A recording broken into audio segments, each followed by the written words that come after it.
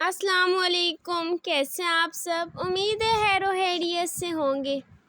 آپ کو میرے چینل میں خوش آمدید، اور اگر آپ میرے چینل پہ نئے ہیں تو جلدی سے جا کے لائک، کمنٹ، سبسکرائب ضرور کر دیجیے گا۔ چلیے کہانی کا آغاز کرتے ہیں۔ غریب عورت اور دو چور۔ ایک چھوٹے سے گاؤں میں زینب نام کی ایک غریب مگر نیک دل عورت رہتی تھی۔ اس کا ایک چھوٹا سا کچا گھر تھا۔ شوہر کئی سال پہلے انتقال کر چکا تھا اور اس کے دو ننھے بچے تھے۔ زینب لوگوں کے گھروں میں کام کر کے اپنے بچوں کا پیٹ پالتی تھی۔ وہ ہمیشہ کہتی، رزق اللہ دیتا ہے، انسان کو صرف محنت کرنی چاہیے۔ اسی گاؤں کے قریب ایک جنگل تھا جہاں رات کے وقت کوئی جانے کی ہمت نہیں کرتا تھا۔ ایک رات دو چور جن کے نام کریم اور سلیم تھے، ایک امیر تاجر کے گھر سے سونے کے زیورات اور رقم چرا کر جنگل کی طرف بھاگ رہے تھے۔ راستے میں بارش شروع ہو گئی۔ دونوں نے سوچا کہ کسی گھر میں چھپ جائیں۔ اتفاق سے انہیں زینب کا چھوٹا سا گھر نظر آیا۔ انہوں نے دروازہ کھٹکھٹایا۔ زینب نے دروازہ کھولا۔ اس نے دیکھ کہ دو اجنبی بارش میں بھیگ رہے ہیں۔ اس نے بغیر کچھ پوچھے اندر آنے دیا، آگ جلائی اور اپنی تھوڑی سی روٹی بھی ان کے سامنے رکھ دی۔ کریم نے حیرت سے پوچھا، اماں تم خود غریب ہو پھر بھی ہمیں اپنا کھانا کیوں دے رہی ہو؟ زینب مسکرا کر بولی، مہمان اللہ کی رحمت ہوتے ہیں، میرے پاس جتنا ہے اسی میں سے تمہارا بھی حصہ ہے۔ یہ سن کر دونوں شرمندہ ہو گئے، مگر انہوں نے اپنی اصلیت ظاہر نہ کی۔ رات گئے جب زینب اور اس کے بچے سو گئے تو سلیم نے عائشہ سے کہا، ہمارے پاس اتنا خزانہ ہے، کیوں نہ اس غریب عورت کا بھی سامان اٹھا لیں؟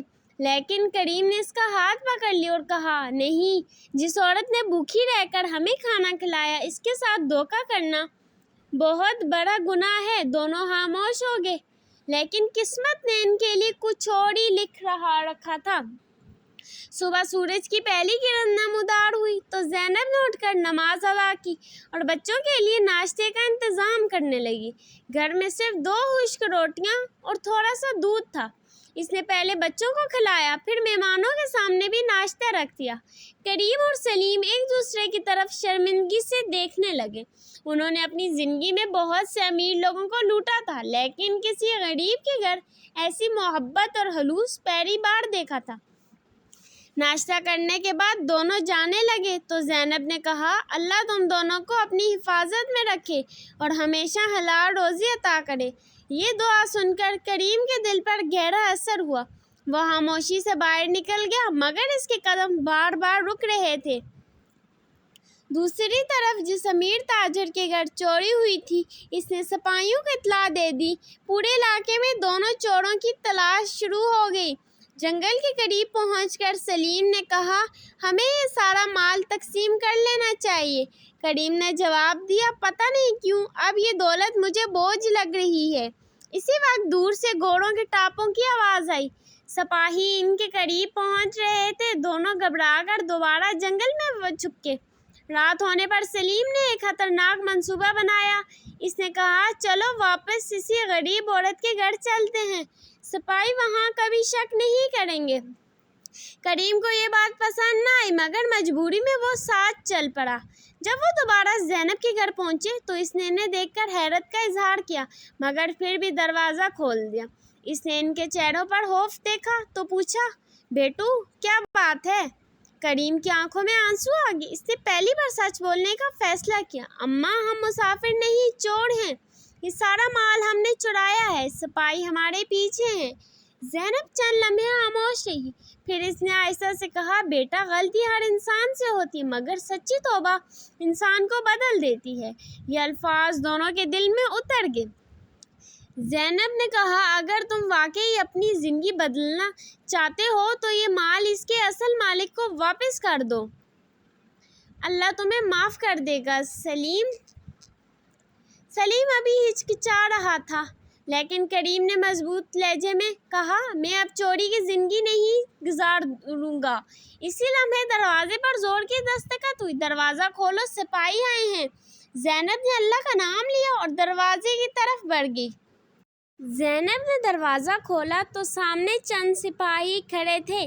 ان کے ساتھ وہی امیر تاجر بھی موجود تھا جس کے گھر چوری ہوئی تھی۔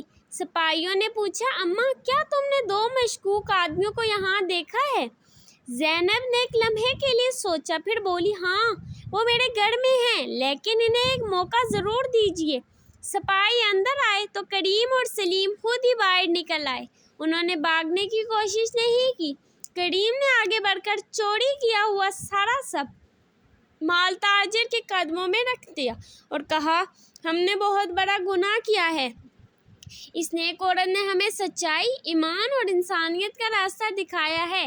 اگر سزا دینا چاہتے ہیں تو ضرور دیں، لیکن آج کے بعد ہم کبھی چوری نہیں کریں گے۔ تاجر نے حیرت سے زینب کی طرف دیکھا۔ زینب نے پوری بات بتائی کہ کس طرح دونوں چور اس کے گھر آئے۔ اس نے انہیں کھانا کھلایا اور پھر انہیں توبہ کی نصیحت کی۔ تاجر کچھ دیر خاموش رہا، پھر اس نے کہا، جو شخص اپنی غلطی مان لے اور سچے دل سے توبہ کرے وہ معافی کا مستحق ہوتا ہے۔ اس نے سپاہیوں سے کہا، یہ میرا سارا سامان واپس لے آئے ہیں، میں ان کے خلاف شکایت واپس لیتا ہوں۔ کریم اور سلیم کی آنکھوں سے خوشی کے آنسو بہنے لگے۔ انہوں نے زینب کے قدم چھوئے اور کہا، اماں آج سے آپ ہماری ماں جیسی ہیں، آپ نے ہمیں نئی زندگی دی ہے۔ چند دن بعد دونوں نے گاؤں میں محنت مزدوری شروع کر دی۔ وہ ایمانداری سے کام کرتے، لوگوں کی مدد بھی کرتے تھے۔ وقت گزرتا گیا اور ان کی اچھی شہرت پورے علاقے میں پھیل گئی۔ تاجر نے بھی ان کی ایمانداری دیکھ کر انہیں اپنی دکان پر ملازمت دے دی۔ اب وہ محنت سے روزی کماتے تھے۔ ہر ماہ اپنی کمائی میں سے کچھ حصہ غریبوں کی مدد کے لیے نکالتے۔ ادھر گاؤں والوں نے زینب کی نیکی اور سخاوت کو سراہا۔ سب نے مل کر ان کے کچے گھر کی مرمت کرائی، بچوں کی تعلیم کا انتظام کیا اور اس کی زندگی آسان بنا دی۔ ایک دن کریم نے کہا، اگر اس رات زینب اماں ہمیں صرف چور سمجھ کر دروازہ بند کر دیتی تو شاید ہم ہمیشہ گناہ کے راستے پر چلتے رہتے۔ سلیم نے جواب دیا، ایک نیک نصیحت اور ایک اچھا سلوک انسان کی پوری زندگی بدل سکتا ہے۔ اس دن کے بعد دونوں نے کبھی برائی کا راستہ اختیار نہیں کیا۔ وہ ہمیشہ لوگوں کو یہی نصیحت کرتے کہ محنت کی کمائی میں برکت ہے، جبکہ حرام کی دولت کبھی سکون نہیں دیتی۔ اس کہانی سے ہمیں یہ سبق ملتا ہے، نیکی، رحم دلی اور سچی نصیحت انسان کے دل بدل سکتی ہے۔ سچی توبہ کرنے والوں کو اللہ تعالیٰ پسند فرماتا ہے اور ایمانداری کی زندگی ہی حقیقی کامیابی ہے۔